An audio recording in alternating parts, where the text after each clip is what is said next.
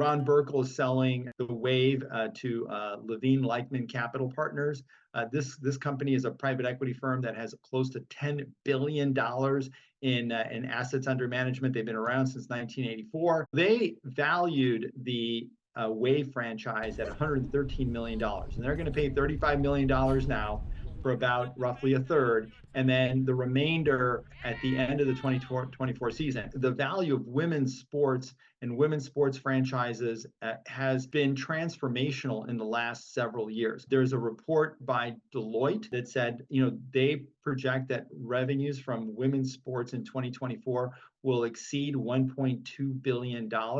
That's 300% higher than they projected in 2021. So just in a couple of years, the value of women's sports franchises has exploded. NWSL, the valuations have gone up from that $2 million initial investment that Ron Burkle put in on the Wave. The two newest franchises, expansion teams, have spent over $50 million to enter. And then the Portland Thorns were sold recently for $63 million. Now, what's interesting is that at the end of the 2023 season, the two most highly valued teams were the Wave at a valuation of $90 million. So right now, this new bid is, taking it up about 18 to 20%. And the Los Angeles Angel City franchise is actually valued at $180 million. So that's kind of the record at the moment for a women's sports franchise.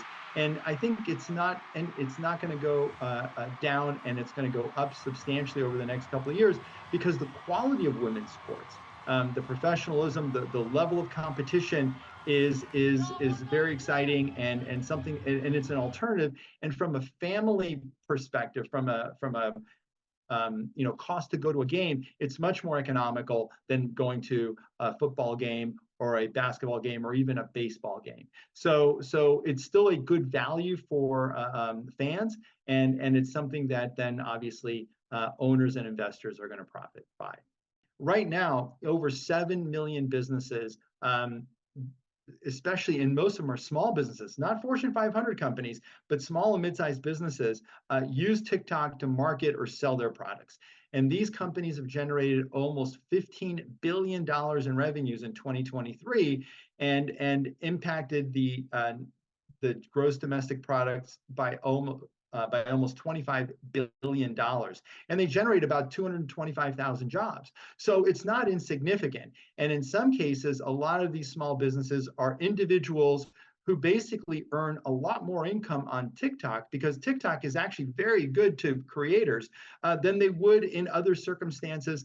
There was examples of people who talked about their, they sell financial instruments. If they do their webinars on LinkedIn or some other platform, or try to do them in person, they don't get anywhere near the attendance and impact that they get on TikTok.